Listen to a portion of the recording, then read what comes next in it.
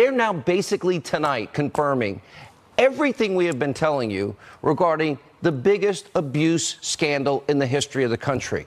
Now, it's not a mea culpa from the liberal New York Times. Frankly, it was inadvertent, which is probably why the so-called paper of record, they're kind of playing cleanup. Now, this was their original headline today. This is pretty amazing.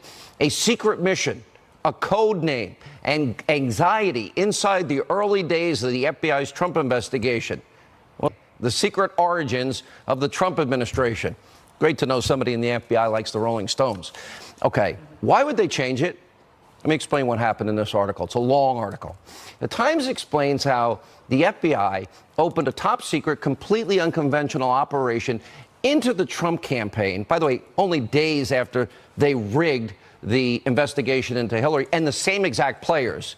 Now, the details were closely guarded by FBI officials. This all happened days, just days, after the same people put the fix in with the exoneration before investigation of Hillary Clinton, rigging it, knowing she committed felonies and obstruction of justice.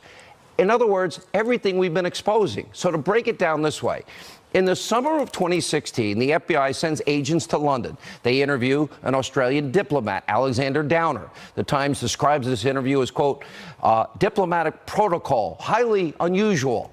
Now, remember, Downer's the guy that got drunk one night with some guy, and I thought I knew everybody in the Trump campaign, George Papadopoulos. Never heard of him.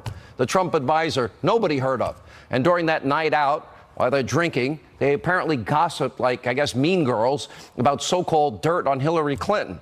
Downer then alerted the Australian intelligence agency, who then told their U.S. counterparts. 1, 2, 3, four-way hearsay.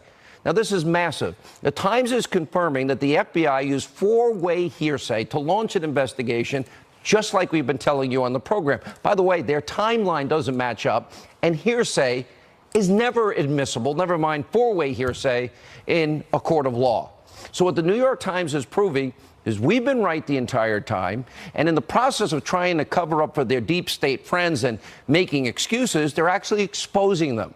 The Times and the rest of the media have been trying to get ahead of what is a massive scandal and protect the likes of Comey and McCabe and Strzok and Lynch and Page and everyone else. But they can't, because the facts, the evidence, the truth is finally coming out. And we have been promising you this, and so far what we've been uncovering is only the beginning. This is going to get a lot worse for all of these deep state actors before it ever gets better. Take a look at the side of your screen. James Comey, Andrew McCabe, Loretta Lynch, Peter Strzok, Lisa Page, all at the center of this massive scandal. Comey's a liar and a leaker and probably broke the law multiple ways. McCabe lied under oath multiple times. He could be facing criminal charges. Loretta Lynch, she tried to compromise the Clinton email investigation to get Comey to say it's not an investigation, it's only a matter.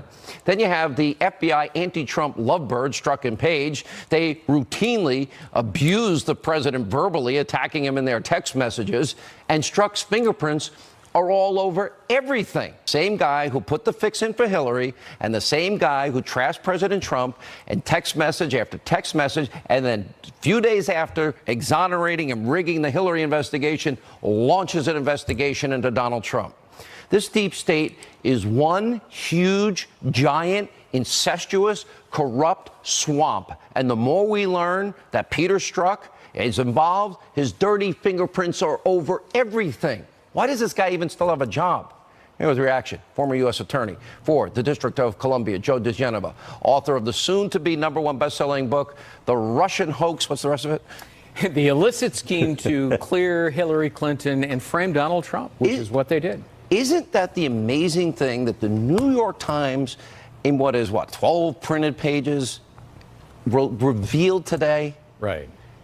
The New York Times basically debunked their own reporting, their bombshell report last December that said it was the Papadopoulos bar talk.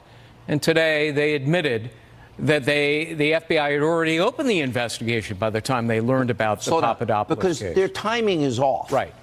June 20th, Steele writes the phony dossier claiming Trump-Russia collusion for 5 years. He hadn't, and helping Hillary, hurting Hillary Clinton and helping Trump. He hadn't been running but for 1 year. I mean, you'd have to be clairvoyant in the Kremlin to know that Trump was going to run. 2 weeks after he writes that dossier, he meets with the FBI. After that, they open the investigation, and only after that do they talk to Downer about Papadopoulos. So the truth Downer's is, the guy that got drunk with. it was the dossier, the fictitious dossier, that triggered the hoax. And this is, I can't say this enough, Joe Geneva. This is the Clinton bought and paid for dossier created by a foreign national. Foreign nationals are not supposed to impact our elections unless it's Obama trying to defeat Bibi. And it uses Russian lies, never verified, never told, then used to obtain a FISA warrant. They don't tell the FISA court they didn't verify it, they didn't corroborate it, nor do they tell the FISA court judges 4 times that, in fact, this was paid for by Hillary. Yeah.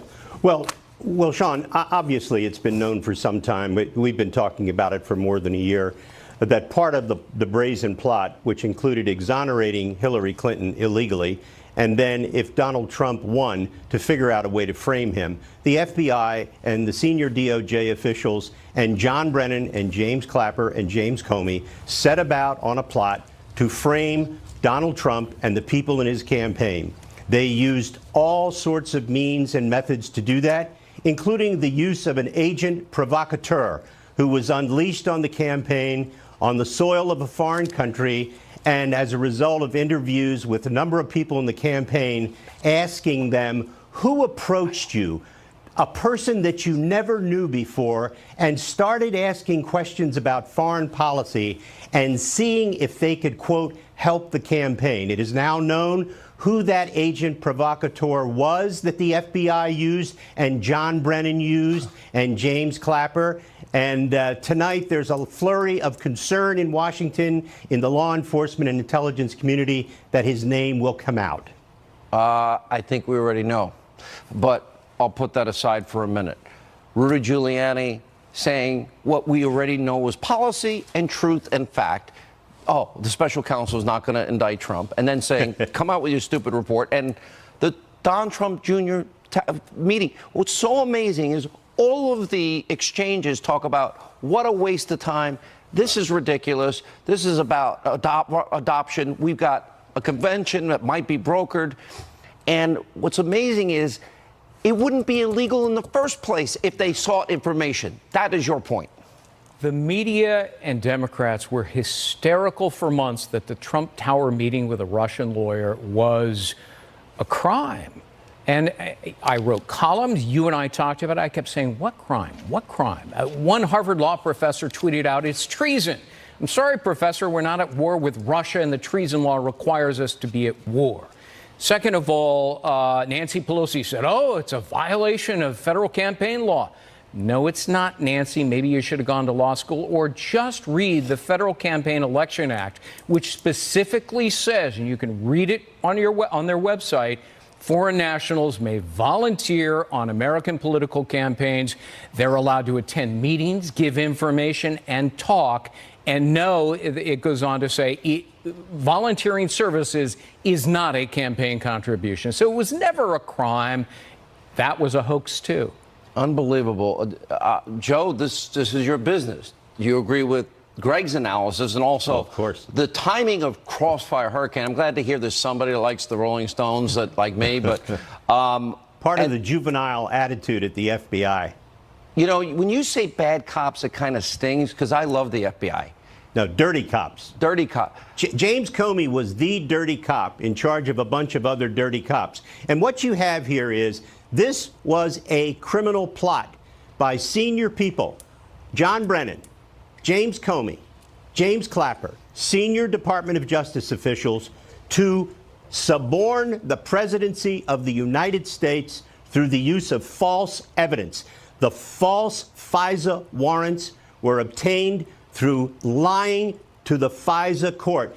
When all is said and done, Mr. Huber, who is conducting the grand jury to investigate the unmasking, the lying on the FISA court, and the leaking of information to the press, it will be shown without a shadow of a doubt that the reason Mr. Brennan has been lying in congressional testimony was from the beginning is because he knew that if he told the truth, he would reveal the plot that involved all the people. And that story in the New York Times today is a magnificent piece of evidence that there was, in fact, a plot. After all the denials, they say now that this Operation Hurricane was in fact exactly Crossfire Hurricane was exactly what we have been saying for a year. So this is the there truth. was an effort to undermine the candidacy of the opposition party. This is the most unbelievable scandal in the history of this country, and the New York Times just blew the lid off of it